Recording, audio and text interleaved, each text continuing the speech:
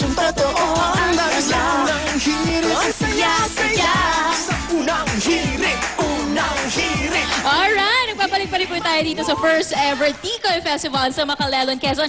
At ngayon nga, kasama ko ang mga residente dito. Yay! Na talaga namang masayang-masaya at very proud dahil finally, tapos na ang kanilang minimithing pinakamalaking tikoy sa buong mundo. So ayun, kitang-kita naman talagang pinag-effortan at pinagtulong-tulungan yan ng mga residente dito para matapos. At kanina nga ako, sinubukan kong medyo tumulong at ayusin yung kanilang tikoy para naman sabihin na kahit papano ay naging part ako ng history. So kahit konti, nakatulong ako at naging part nga ako ng pinakamalaking tikoy sa buong mundo. Okidoki. So bukod nga dyan sa tikoy na nakita natin, isa pa sa mga highlights dito sa kanilang festival ay actually itong nasa tabi ko ngayon. Ito yung tinatawag nila na Tikoy Sculpture Exhibit. So as you can see, I think may tema yung kanilang mga sculptures dahil parang mga Christmas decors yung kanilang ginawa. At kasama rin natin ngayon ng mga naggagandahan dilag na actually kandidata ng Miss Macalelon. So good luck, girls. I think mamaya na yung pageant nyo, no? So good luck.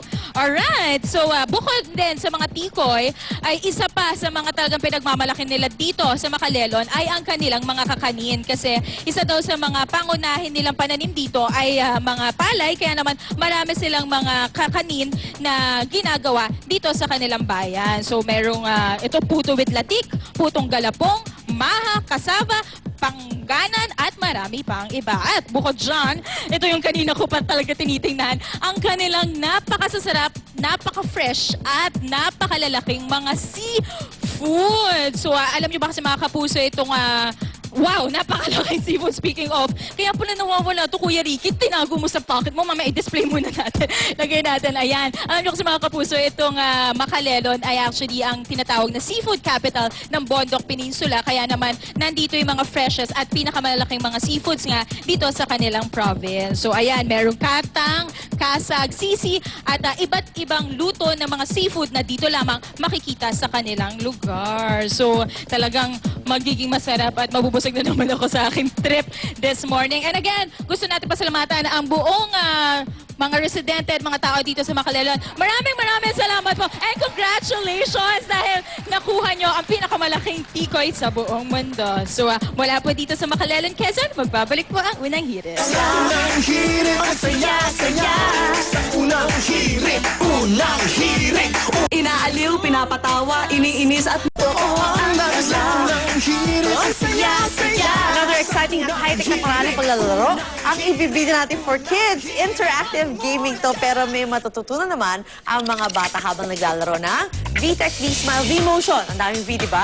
Para tulungan tayo malaman kung ano at paano ba ito laruin, kasama natin si Michael Ehipto. Hi, Mike. Good morning. Hello, good morning po. Okay, so Mike, let's start. Ano ba ang mga features ng VTech V-Smile Motion?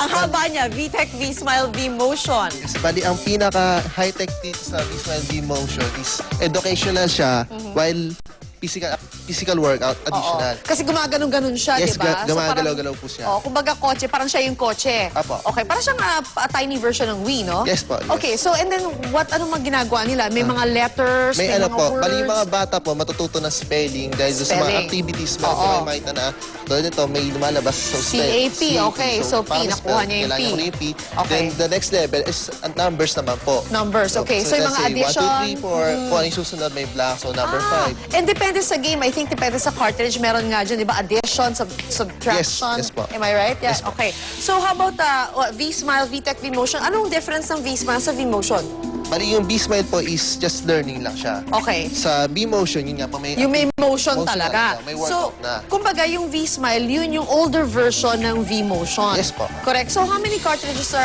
out now? Para kunyari, may bibiling mga mommy para sa mga anak nila. Sa B-Smile Motion po, almost 11 na po yung cartridge So, niya. napakarami na talaga. Yes po. And it features yung mga favorite cartoon characters also, am I right? Toy Story, Wonder Pets, si Dora, si Thomas and Friends. Wow, ayan. So, anong age naman bagay ito? From 3 to 7 years old po. 3 to 7 years old. Ayan. So maraming salamat, Michael. Maraming Thank salamat you. din po. At maraming salamat sa ating player na kanina pa naglalaro, si Andrew. At yan is for the kids this Christmas.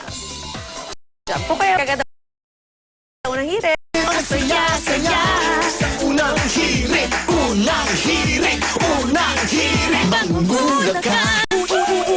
Do you want to say goodbye to dull hair and hair loss due to stress.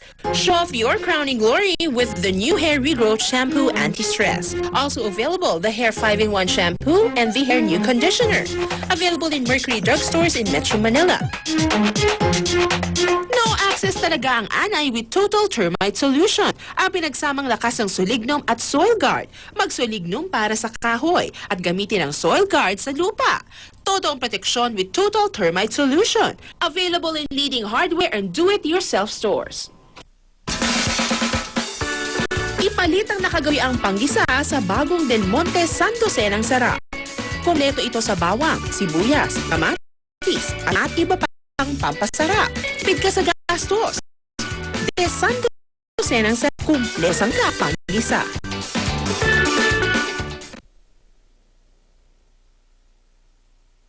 Ang masayang